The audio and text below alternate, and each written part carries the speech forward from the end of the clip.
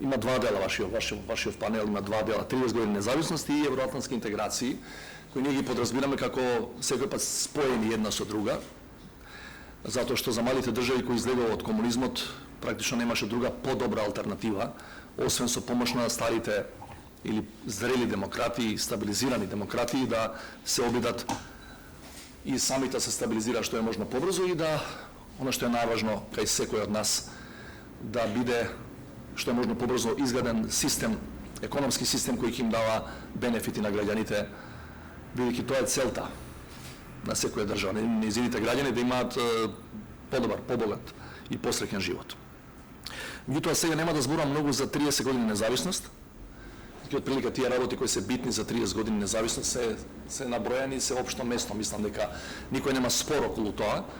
Ќе се обидам да кажам 2-3 збора повеќе за евроатлантските интеграции во целина као проект наназад 20-30 години и што ја мислам дека ќе се случува со проектот како таков, не само со нашето место во тој проект, него со проектот како таков во наредните години ќе се обидам да проектирам некоја моја визија за тоа.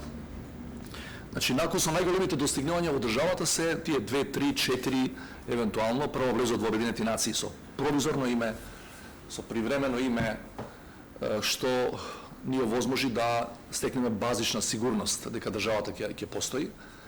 И затоа им благодараме неколку битни западноевропски држави и на Соединетите американски држави кои ни помогна да го оствариме тој влез. Инаку можевме да бидеме оставени на балканската ветрометина и денеска немаше да имаме држава, тоа е сигурно, без членство во Обединети нации.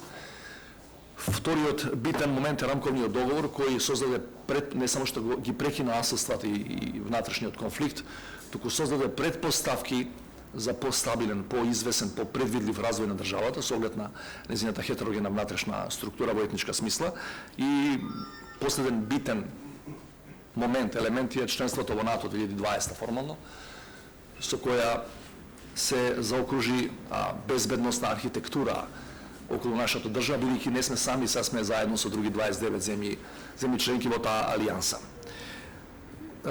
Една работа која остана неисполнета до сега од заложбите кои ги имавме уште во раните 90-ти е членството во Европската унија. И сега ќе се обидам да опишам неколку трендови како ја бар ги гледам во однос на ЕУ. А подоцна можем да, ако има интерес, се разбира, можем да зборувам и за нашите потврлања во тој процес, зборувам на за 25 години, бидејќи ги имаше, секако ги имаше. Има неколку трендови кои јас ги гледам и кои не се најповолни воопшто за проектот на проширување. Европската унија 2004 и 2005 не успеа да донесе Европски устав. Пропадна двата клучни референдуми во Холандија и во Франција. Идејата тогаш беше да се оди кон пообединета Европа, па дури еден вид на федерална Европа. По тој неуспех, практично проектот на Обединета Европа, која треба да го приклучи кон себе и поранешниот комунистички дел од континентот, оди надолу. Имаше неколку битни, да ги наречам, настани вододелници кои придонесоа во таа насока. Први такви трендови беа светската економска криза 2008 и 2009, целата таа голгота, знаете, со помошта кон Грција и со неколку други европски големи економии кои беа на работ на потребата од таква помош како што доби Грција, Италија, Шпанија и така натаму. Понатаму мигрантската криза 2015 и 2016, кога милиони бегалци поминаа низ балканската рута отидоа во Европа. Тука поларизацијата во европските општества отиде до највисоко можно ниво. Веројатно во последниве 30 и кусур години немало таква поларизација. Не само политичката класа во секоја држава, туку и граѓаните се поделија во однос на тоа дали треба да им се пружи уточиште на тие луѓе во колкава бројка и така натаму. И во изминативе десетина години неколку неповолни тенденции во однос на владењето на правото. Инаку владењето на правото е конститутивен елемент на Европската унија. Најважен е. Европската унија, европските демократии постојат врз тоа начело. Така се направени. Да владее правото за да избегнеме нови војни. Така, кажано накусо и објаснето со обичен јазик.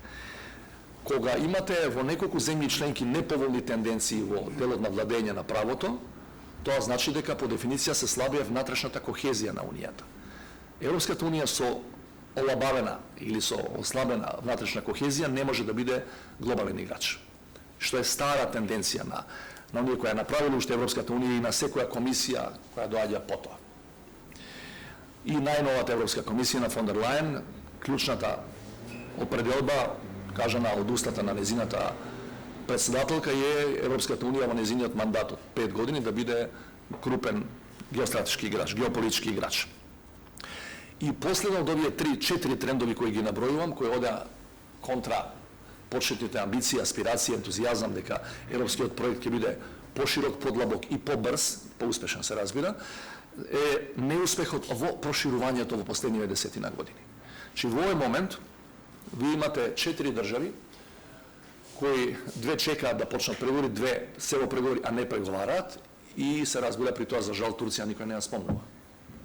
По моје убедување тоа е една од крупните стратешки грешки на Европската унија, што не се обидува да ги оживее преговорите со Турција, бидејќи Турција може да биде значаен стабилизатор заради својата геостратешка позиција, заради својата внатрешна структура, заради својата историја, заради својата сила. Турската економија е 16-та во светот, така натаму и така. Не велам дека е кабаетот само во Брисел, веројатно и на другата страна, меѓутоа не гледам дека европските планери воопшто разговараат за таа голема и значајна држава. Во регионот Србија и Црна Гора преговараат, едната 8,5 години, другата 9,5 години, верували или не, и крајот на нивниот преговарачки процес не се гледа. Мислам дека денеска или утре, ако не се лажам, ќе почнат да преговараат според новата методологија.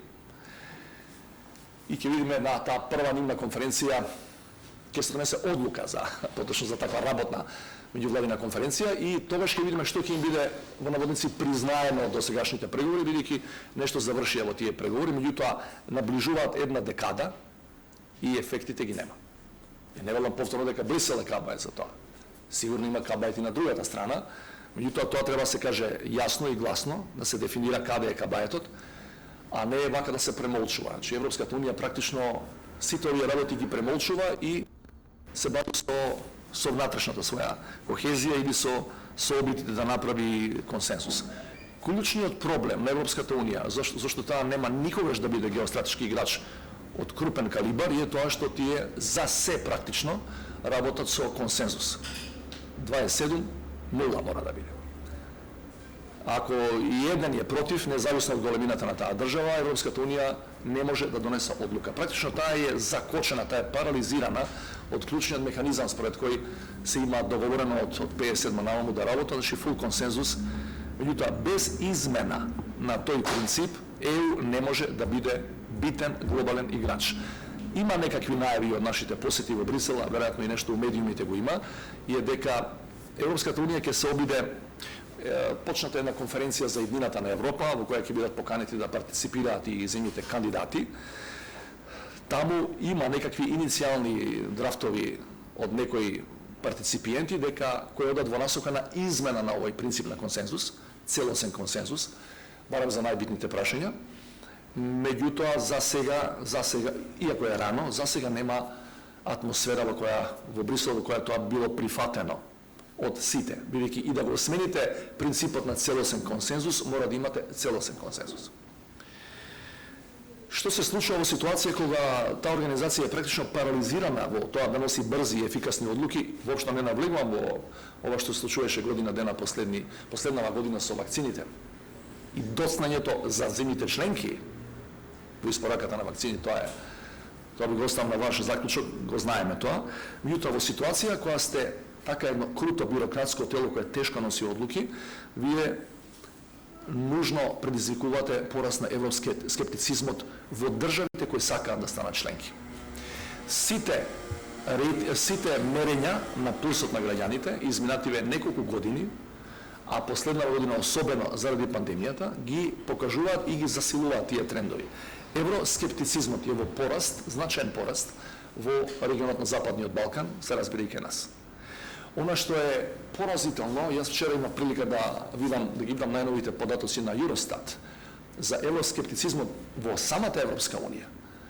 11 од сите 27 земји членки на Европската унија имаат мнозинство граѓани кои се против проширувањето.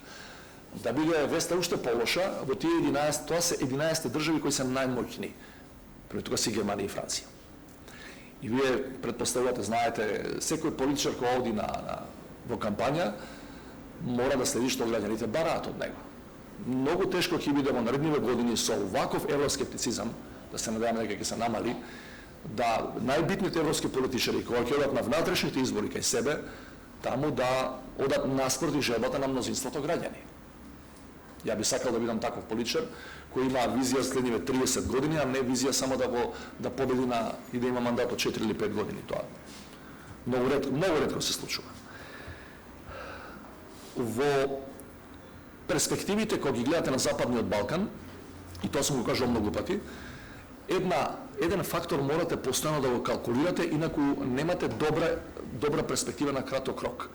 Значи, Европската унија и САД мора да ни помага во комплетното реформирање на општествата, иначе ние сами со своји автономни сили и потенцијали не можеме да го постигнеме тоа на пократок рок.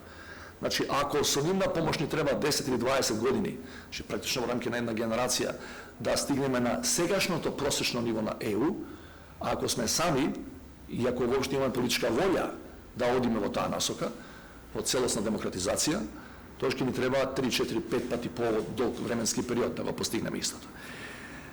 Западниот Балкан денеска во моментов, значи, заостанува многу во однос на физичката инфраструктура која постои во Западна Европа.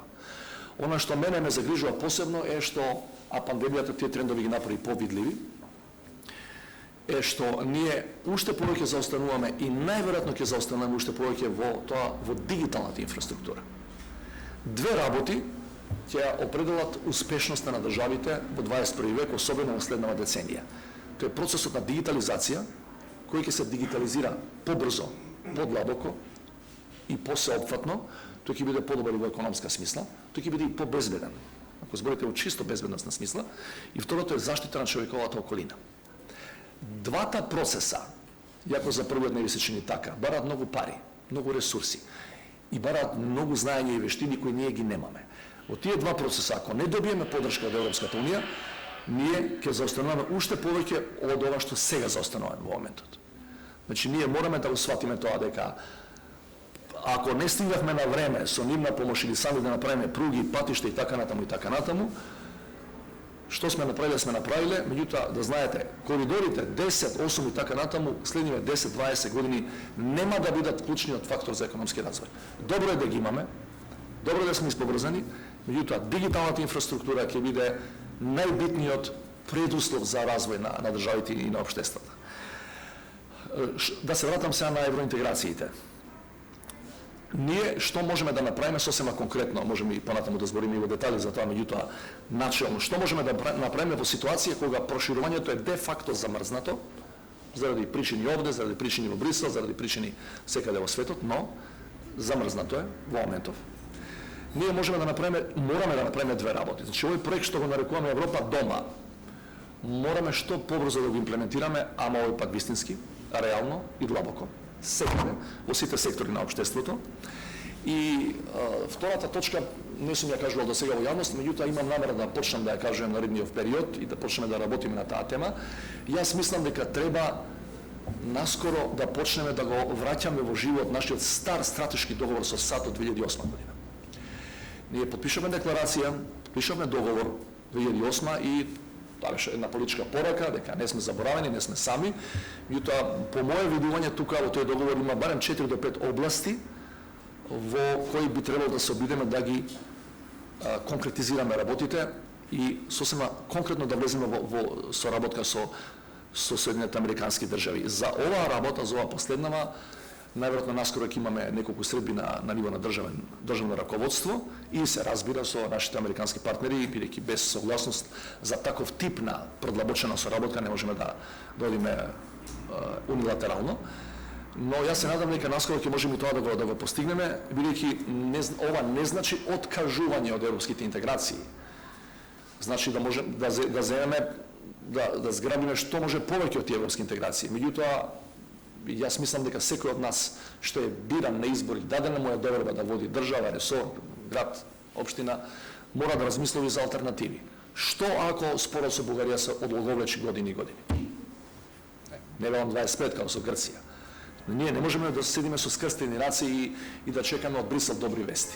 Бидејќи објективно, со тоа завршувам, објективно ние во делот во овие разговори, преговори што ги правиме последнава година со Бугарија, ние од наша страна ние отидовме до крај. Немаме каде. Значи ние практично немаме што да понудиме повеќе, се преку тоа би било, тоа и лани го кажа во едно интервју, па се чудеа некој, ако цената за влез во ЕУ е да се обезличиме на таква ЕУ, не ни треба.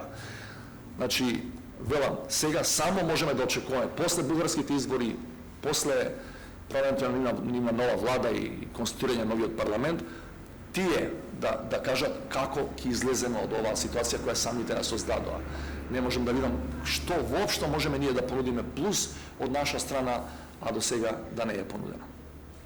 Знам дека звучев така скептично, меѓутоа мислам дека е добро да зборуваме реално и да не ги криеме работите под тепих и да не ја повторуваме само таа мантра која 30 години ја повторуваме, ЕУ НАТО, сето одлично, сето добро, меѓутоа светот оди напред, а некои држави, особено на Балканот, тапкаат, стојат во место поради некои пошироки консидерации и процеси, кои ако не можеме да ги менажираме и се разбира не можеме да ги контролираме, можеме барем да ги антиципираме и со време да се позиционираме на поинаков начин од досега. Благодарам.